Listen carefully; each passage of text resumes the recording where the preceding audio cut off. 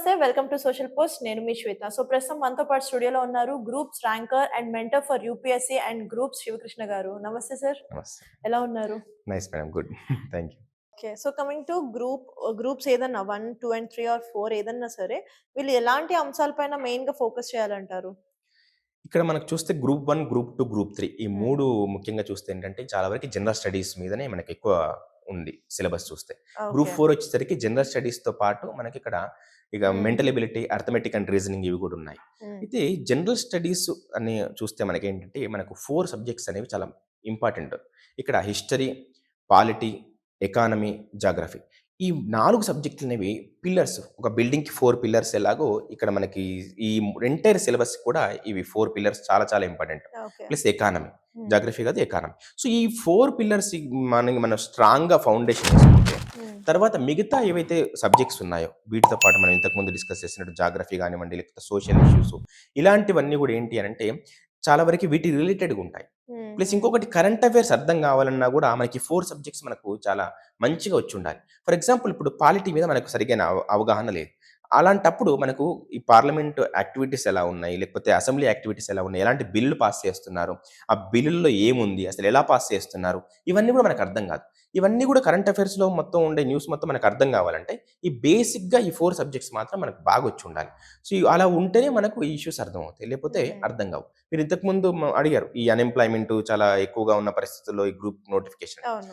Unemployment అనేది ఒక economic దాంట్లో వచ్చే ఇష్యూ. ఈ మన ఓకే. ఎకానమీ సబ్జెక్ట్‌లో ఇష్యూ. అదే విధంగా మనకు సోషల్ ప్రాబ్లమ్ గూడా ఏదైతే అన్‌ఎంప్లాయ్‌మెంట్ ఏదైతే ఉందో. సో, ఎట్ ఎ టైము ఇటు ఎకానమీది కవర్ అవ్వాలి. ప్లస్ సోషల్ ఇష్యూ కవర్ అవ్వాలి. మనకసలు ఎకానమీ మీద అవగాహన లేకపోతే అసలు అన్‌ఎంప్లాయ్‌మెంట్ ప్రాబ్లమ్ గురించి మనకు అర్థం కాదు. అర్థం. రేపటి మన ఫ్యూచర్‌లో అన్‌ఎంప్లాయ్‌మెంట్ మీద డైరెక్ట్ క్వెషన్ అడగొచ్చు. హ్మ్. ప్రిలిమ్స్ లెవెల్‌లో అడగొచ్చు. మెయిన్స్ లెవెల్‌లో కూడా అడగొచ్చు. ప్రిలిమ్స్ లెవెల్‌లో చూస్తే డిఫరెంట్ టైప్స్ ఆఫ్ అన్‌ఎంప్లాయ్‌మెంట్ గురించి అడగొచ్చు ప్రిలిమ్స్ లెవెల్‌లో. మెయిన్స్ వచ్చేసరికి అన్‌ఎంప్లాయ్‌మెంట్ ప్రాబ్లమ్ ఎలా ఉంది? ఎలా ఫేస్ చేస్తున్నాం మనం? ఫ్యూచర్‌లో ఎంత పెద్ద ప్రాబ్లమ్ కాబోతుంది ఇది? దానికి ఎలాంటి సొల్యూషన్స్ అవసరం? ఇవన్నీ కూడా మనకు మెయిన్స్‌లో అడగొచ్చు. ఓకే. మనకు ఇటు బేసిక్స్ మీద మనకు కంప్లీట్‌గా అవగాహన ఉంటేనే మనకి ఇటు కరెంట్ అఫైర్స్ గాని అర్థమవుతాయి. లేదంటే మనం దాన్ని అనలైజ్ చేయగలుగుతాం ఇష్యూని. హ్మ్. లేకపోతే హ్మ్. చేయలేం. ఓకే. స్టూడెంట్స్ అనేది చాలా మంది ఒక గైడ్ మీద డిపెండ్ అయిపోయి ఉంటారు గదా! గైడ్స్ పరంగా వెళ్తేనే బెస్ట్ అంటారా? ఒక ప్రాపర్ ట్రైనింగ్, గైడెన్స్ ఉంటే బెస్ట్ అంటారా? ఇప్పుడు గైడ్స్ ఇవన్నీ గూడా మనకు ఈ ఇంటర్ ఎగ్జామ్స్‌కి, డిగ్రీ ఎగ్జామ్స్‌కి అది కూడా పాస్ అవ్వడానికి సరిపోతాయి. ఓకే. ఈ కాంపిటీటివ్ ఎగ్జామ్ వచ్చేసరికి హ్మ్. మనకిక్కడేంటంటే ప్రిపరేషన్ చాలా హోలిస్టిక్‌గా ఉండాలి. చాలా కంప్లీట్‌గా ఉండాలి. చాలా డెడికేటెడ్‌గా ఉండాలి. దీనికి తప్పకుండా గైడ్ అయితే అంటే గైడ్ అంటే నేను బుక్ కాదు చెప్పేది. ఇక్కడ హ్మ్. ఒక ఎవరైతే ఉంటారో పర్సన్ ఒక గైడెన్స్. పర్సన్, ఒక గైడ్, హ్మ్. ఒక సజెషన్స్ ఏవైతే ఉంటాయో వాళ్ళ యొక్క సజెషన్స్ అనేవి చాలా చాలా ఇంపార్టెంట్. ఒకసారి మనం ఆలోచిస్తే ఒక చెరువుల్లో మనం ఈత కొట్టాలంటే ఊరికే డైరెక్ట్ ఎళ్లి చెరువులో నీళ్ళలో దుంకుతే ఈత రాదు మనకు. హ్మ్. డెఫినిట్‌గా మునిగిపోతాం. మనం ఫస్ట్ ఎవరి దగ్గరైనా మనం ఈత నేర్చుకోవాలి. ఏదైనా అవును. సపోర్ట్ తీసుకొని మనం ఈత నేర్చుకోవాలి. అవును. నేర్చుకున్న తర్వాతనే మనం ఆ చెరువులో ఈదగలుగుతాం. హ్మ్. హ్మ్. ఇక్కడ గూడా ఈ కాంపిటీటివ్ వరల్డ్‌లో గ్రూప్ 1, 2, 3 గానివ్వండి, లేకపోతే సివిల్స్ గానివ్వండి, హ్మ్. ఇంత కాంపిటీషన్‌లో మనం ఈదాలి, మనం ఒడ్డుకు చేరాలి అనంటే డెఫినిట్‌గా మనకొక సపోర్ట్ అవసరం. ఓకే. ఇక్కడ కొన్నిసార్లు కోచింగ్ ఇన్‌స్టిట్యూట్స్ అవ్వచ్చు. లేదంటే ఒక రైట్ మెంటార్ అవ్వచ్చు. లేదంటే రైట్ గైడ్ అవ్వచ్చు. అది ఒకసారి కొన్నిసార్లు ఫ్యామిలీ మెంబర్స్ గూడా ఉండొచ్చు మనకు. లేదంటే ఎవరు లేకపోతే అశోక్ నగర్‌లో ఇన్‌స్టిట్యూట్ అవ్వచ్చు. హ్మ్. బట్ మనకేదైనా సపోర్ట్ అయితే డెఫినిట్‌గా ఇక్కడ అవసరం. ఓకే. ఊరికే మనం ఏదో ఒక పుస్తకాలు పట్టుకొని కూర్చొని చదివేస్తాను. మార్కెట్‌లో దొరికే ఏవైతే ఉంటాయో ఒక మెటీరియల్ దాన్ని పట్టుకొని నేను ప్రిపేర్ అయితే అయిపోతాను అని చెప్పేసేసంటే ఎగ్జామ్ వెళ్తారు మీరు. రాస్తారు. మీకు అన్నీ వచ్చినట్టే ఉంటది. కానీ ఎగ్జామ్ రాస్తారు కానీ వచ్చినట్టు ఉంటది గానీ జాబ్ అయితే రాదు. ఓకే. అటెంప్ట్ చేయలేం మనం అక్కడ. ఆ! అంటే అది ఎలా అంటే మార్క్స్ గెయిన్ చేయలేము. గెయిన్ చేయలేం. ఇక్కడ యెస్. యెస్. అందరూ అదే చదువుతున్నారు. ఇప్పుడు మనకు గ్రూప్స్ చూస్తే ఈ మధ్య కాలంలో దాదాపు 5,00,000 మంది దాకా అప్లై చేశారు. హ్మ్. అక్కడ ఉన్నది 2,000 పోస్టులే. దాదాపు 2,500-3,00,000 మంది రాసారు. వాళ్ళలో దాదాపు నాకు తెలిసి ఒక 2,00,000 మంది ఏదో ఒక బుక్ అయితే చదువుతారు. చదవకుండా అయితే డైరెక్ట్ వచ్చైతే రాయరు. లేదు. వాళ్ళు చేసే పనేందంటే ఇలా మార్కెట్‌లో దొరికే ఏదో ఒక 2 పుస్తకాలు కొని చదవడమే. కాకపోతే ఏందంటే ఒక ప్రాపర్ కోచింగ్ తీసుకొని, మంచి నోట్స్ ప్రిపేర్ చేసుకొని, దాన్ని నంబర్ ఆఫ్ టైమ్స్ రివిజన్ చేసి, హ్మ్. హ్మ్. ఎవరైతే ఉంటారో వాళ్ళకి మాత్రమే ర్యాంక్స్ వస్తాయి. ఓకే. గ్రూప్ 1కొచ్చేసరికి ఇప్పుడు ఇంటర్‌వ్యూస్ లేవు ఇక్కడ తెలంగాణలో అని అంటున్నారు కదా! ఫర్దర్‌గా ఇంటర్‌వ్యూ ఉంటే బెస్ట్ అంటారా? లేకపోవడమే బెస్ట్ అంటారా? ఈరోజు ఒక ప్రైవేట్ కంపెనీ హ్మ్. ఒక 15,000-20,000 హ్మ్. సాలరీ ఇచ్చే ఎంప్లాయీని గూడా ఇంటర్వ్యూ చేసి, గ్రూప్ డిస్కషన్స్ అని పెట్టి, ఇంకా ఏదో రకరకాల స్క్రీనింగ్ టెస్ట్‌లు పెట్టి తీసుకుంటున్నారు. అవును. ఒక గ్రూప్ 1 ఆఫీసరు హ్మ్. ఒక డివిజన్‌కి మొత్తం హెడ్ హ్మ్. ఆర్‌డీఓ అవుతే, లేదంటే ఒక డీఎస్‌పీ, హ్మ్. ఒక డివిజన్‌కి మొత్తం సూపరింటెండెంట్ ఆఫ్ పోలీసు. అతను ఎలాంటి ఇంటర్వ్యూ లేకుండా, అతని మెంటల్ స్టేటస్ ఎలా ఉంది? అతని హ్మ్. మెంటల్ కండిషన్ ఎలా ఉంది? ఇవన్నీ తెలుసుకోకుండా డైరెక్ట్‌గా మనం తీసుకెళ్ళి ప్రజల ముందు నిలబెడితే, అతను తోని ఎలా డీల్ చేస్తున్నాడు? హ్మ్. వాళ్ళని ఎలా ట్రీట్ చేస్తున్నాడసలు ప్రజల్ని? వాళ్ళకి ఎలా సర్వ్ చేస్తున్నాడని చెప్పేసేసి మనం ఎలా తెలుసుకోగలుగుతాం. ఇక్కడ ఇంటర్వ్యూ తీసేయడానికి ఒక కారణం ఉంది. అదేంటి అంటే, ఇంటర్వ్యూ ఉండడం వల్ల కొంత కరప్షన్ జరుగుతుంది. కొంత నెపోటిజం ఉంటుంది.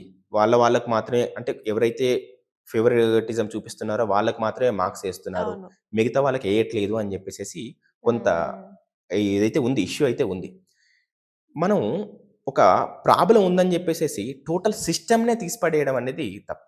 హ్మ్. దానికి సంబంధించిన ఏవైతే సొల్యూషన్స్ ఉంటాయో వాటిని తీసుకొని ఆ సిస్టమ్‌లో ఉన్న లోపాలను సరిదిద్ది మనం చేయాలి తప్ప పూర్తిగా ఇంటర్వ్యూనే తీసేయడం అనేది తప్పు. ఇప్పుడు ఏపీలో ఇంటర్వ్యూ ఉంది. అంటే ఇప్పుడు ఏపీలో సెలెక్ట్ అవుతున్న వాళ్ళందరూ గూడా ఇలాగే సెలెక్ట్ అవుతున్నారా? కరప్షన్‌తోనే సెలెక్ట్ అవుతున్నారా? నో. కాదు. ఇప్పుడు యూపీఎస్సీ సెలెక్ట్ చేస్తుంది ఇంటర్వ్యూ పెట్టి. అంటే యూపీఎస్సీలో ఐఏఎస్‌లు, ఐపీఎస్‌లు అందరూ గూడా డబ్బులిచ్చే వాళ్ళు సెలెక్ట్ అవుతున్నారా? కాదు. సో, వాళ్ళక్కడ మెయింటైన్ చేస్తున్నారు ఆ సిస్టమ్.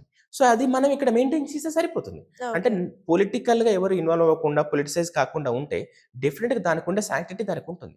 So, okay. గవర్నమెంట్ ఒక్కసారి దాన్ని గాని ఒక ప్రాపర్ వేలో దాన్ని సిస్టమ్‌ని మొత్తం రెగ్యులేట్ చేస్తే డెఫినిట్‌గా దానివల్ల మంచి రిజల్ట్ ఉంటుంది. హ్మ్. సో, ఇంటర్వ్యూ అనేది డెఫినిట్‌గా ఉండాలి. గ్రూప్ 1కి కాదు నన్నడిగితే 2కి గూడా ఉండాలంటాను.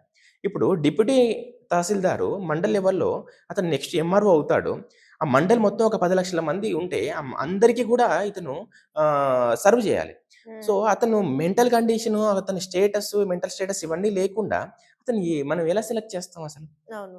ఇది అంతా ఏంటి అనంటే జనరల్‌గా ఇంతకుముందు మనం మాట్లాడుకున్నట్టు ఒక ట్యూమర్ వచ్చింది గదా! అని జెప్పేసేసి మనం ఆ ట్యూమర్‌ని తీసేస్తామా? లేకపోతే మొత్తం ఎంటైర్ హ్యూమన్‌నే చంపేస్తామా? ట్యూమర్‌నే ట్యూబర్‌నే తీసేస్తాం. తీసేస్తాం. ఆ! సో, ఇక్కడ మనం చేయాల్సింది అదే. సో, దానివల్ల డెఫినిట్‌గా బెనిఫిట్స్ ఉంటాయి. ఇంటర్వ్యూ ఉండడం వల్ల మనం డెఫినిట్‌గా చేయొచ్చు. నేను రీసెంట్‌గా ఒక ఆర్టికల్ చదివాను. ఒక ఎన్ఆర్ఐ ఒక సబ్ ఇన్స్‌పెక్టర్ ఆయనతోని మాట్లాడిన విధానం గురించి అతను అందులో పోస్ట్ చేశాడు ఒక బ్లాగ్‌లో. ఒక సబ్ ఇన్స్‌పెక్టరు నాతోని మాట్లాడే విధానం చూస్తే అతను నిజంగా గవర్నమెంట్ సర్వెంటేనా? హ్మ్. అతన్ని ఏ విధంగా సెలెక్ట్ చేశారు? అని చెప్పేసేసి ఆయన ఫీల్ అవుతూ అది రాసాడు ఆ బ్లాగ్‌లో. ఓకే. అంటే ఆయన ఉద్దేశ్యం ఏంటంటే, ఒక మాట్లాడే విధానం కూడా తెలియని అంటే ఒక సిటిజన్‌తోని ఏ విధంగా మాట్లాడాలో కూడా తెలియకుండా, ఒక సబ్ ఇన్స్‌పెక్టర్‌ని తీసుకొచ్చి ఇక్కడ కూర్చోబెట్టారు. అతను ఆ టోటల్ స్టేషన్ హౌస్ ఆఫీసరు. ఆ టోటల్ ఏరియాని మొత్తం అతనే ప్రొటెక్ట్ చేయాలి. సో, మాట్లాడే విధానమే సరిగ్గా లేదు ఒక సిటిజన్ తోటి. అతనేం సర్విస్ చేస్తాడు ఇంకా జనాలకు అని చెప్పేసేసి అతను క్వెషన్ చేశాడనమాట. హ్మ్. సో, హ్మ్. మనం ఇంతకుముందు మాట్లాడుకున్నట్టు ఒక చిన్న ప్రైవేట్ ఎంప్లాయీ‌నే ఇంటర్వ్యూ చేస్తూ మనం తీసుకుంటున్నప్పుడు ఒక గ్రూప్ 1 ఆఫీసర్‌ని, ఒక గ్రూప్ 2 ఆఫీసర్‌ని ఇంతమందికి సర్విస్ చేయాల్సిన ఒక ఎవరైతే ఉన్నారో ఒక సివిల్ సర్వెంట్‌ని ఇంటర్వ్యూ చేయకుండా తీసుకోవడం అనేది నిజంగా అది అయితే కరెక్ట్ కాదు. సో, గవర్నమెంట్ కూడా దీనిపైన ఆలోచిస్తుంది. ఈ మధ్య కూడా ఒక కమిటీ కూడా ఏశారు. మేబీ ఫ్యూచర్‌లో డెసిషన్ తీసుకుంటుండొచ్చు. మేబీ స్టార్ట్ చేసే అవకాశాలు కూడా అవకాశాలు ఉండొచ్చు. డెఫినిట్‌గా ఉన్నాయనిపిస్తుంది. అక్కడ అంటే ఇప్పుడున్న కండిషన్ చూస్తే, వాళ్ళు ఇచ్చిన లీకుల్ని బట్టి చూస్తే, గ్రూప్ 1కైతే ఇంటర్వ్యూ పెట్టే అవకాశాలైతే ఉన్నట్టయితే కనపడుతుంది. Okay. So, one final question sir. Like as a group ranker and మెంటర్‌గా మీరు ఎవరైతే ఇప్పుడు స్టూడెంట్స్ గ్రూప్స్ వైపుకొద్దాం, సివిల్ సైడ్‌కొద్దాము అని అనుకుంటున్నారో వాళ్ళకి మీరేం చెప్తారు? ముఖ్యంగా మీరు మీకు కొన్ని ఎబిలిటీస్ అవసరం. కొన్ని క్వాలిటీస్ అవసరం. గంటలు, గంటలు కూర్చొని చదవగలరా?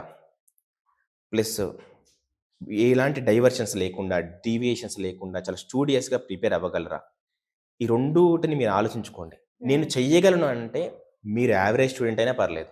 మీరు ఇంటర్‌లో, 10థ్‌లో కంపార్ట్మెంటల్‌గా పాస్ అయినా పర్లేదు. మీరు ఫెయిల్ అయినా పర్లేదు. ఇలాంటి ఏదైతే ఉందో డబ్బులివ్వని, ఇంకేదన్నా గానివ్వండి, అలాంటి ఏ ప్రాబ్లమ్స్ ఉన్నా పర్లేదు. హ్మ్. నేను ఫస్ట్ చెప్పిన 2 లక్షణాలు గాని మీకుంటే మీరు హ్యాపీగా ప్రిపరేషన్‌కి రావచ్చు. ఓకే. మీ ఇంతకుముందు నాలెడ్జ్ ఎలా ఉంది? మీరు 10థ్‌లో ఎన్ని మార్క్స్ ఉన్నాయి? ఇంటర్‌లో, డిగ్రీలో ఇవేవి గూడా ఇక్కడ పనికిరావు. హ్మ్. హ్మ్. మనం చూస్తే చాలా ర్యాంకర్స్ ఓపెన్ డిగ్రీలో పాస్ అయ్యి గూడా చాలామంది ఐఏఎస్‌లు, ఐపీఎస్‌లయ్యారు. ఫెయిల్ అయ్యి మనం చూస్తే మంచి మూవీ గూడా ఉంది 12థ్ ఫెయిల్. హ్మ్. ఇంటర్మీడియేట్‌లో ఫెయిల్ అయ్యి గూడా తర్వాత అయిన పాస్ అయిపోయి వాళ్ళున్నారు. ఐపీఎస్ అయ్యి ఆల్‌మోస్ట్ ఆల్ ఇండియా 120 ర్యాంక్ ఎంతో వచ్చిందాయనకు. హ్మ్. ఇప్పుడు హ్మ్. ఐపీఎస్ అయ్యారు. హ్మ్. సో, చాలా మంది ఫెయిల్ అయిన క్యాండిడేట్స్ గూడా ఐఏఎస్‌లు, ఐపీఎస్‌లున్నారు. హ్మ్. హ్మ్. గవర్నమెంట్ స్కూల్స్‌లో చదివిన వాళ్ళు గూడా ఐఏఎస్‌లు, ఐపీఎస్‌లున్నారు. సో, ఇక్కడ మీరు ఇవన్నీ గూడా పక్కన బెట్టి నేను చెప్పిన ఫస్ట్ ఏదైతే 2 ఉన్నాయో మీకు చదవగలను, గంటలు గంటలు కూర్చొని ఓపికతోని చదవగలననే నమ్మకం ఉండి, తర్వాత మీరు ఎలాంటి డీవియేషన్స్, డైవర్షన్స్ ఏవి లేకుండా స్టూడియస్‌గా మీరు ప్రిపేర్ అవ్వగలిగితే డెఫినిట్‌గా మీరు ఈ ఆప్షన్ చూజ్ చేసుకోవచ్చు. హ్యాపీగా మీరు ఈ సివిల్స్‌కి ప్రిపరేషన్ అనేది స్టార్ట్ చేయొచ్చు. వావ్! Super sir. అండ్ చాలా తక్కువ టైమ్‌లో ఇంత మంచి ఇన్ఫర్మేషన్ ఇచ్చినందుకు thank you so much sir. నమస్తే. Thank you. Thank you.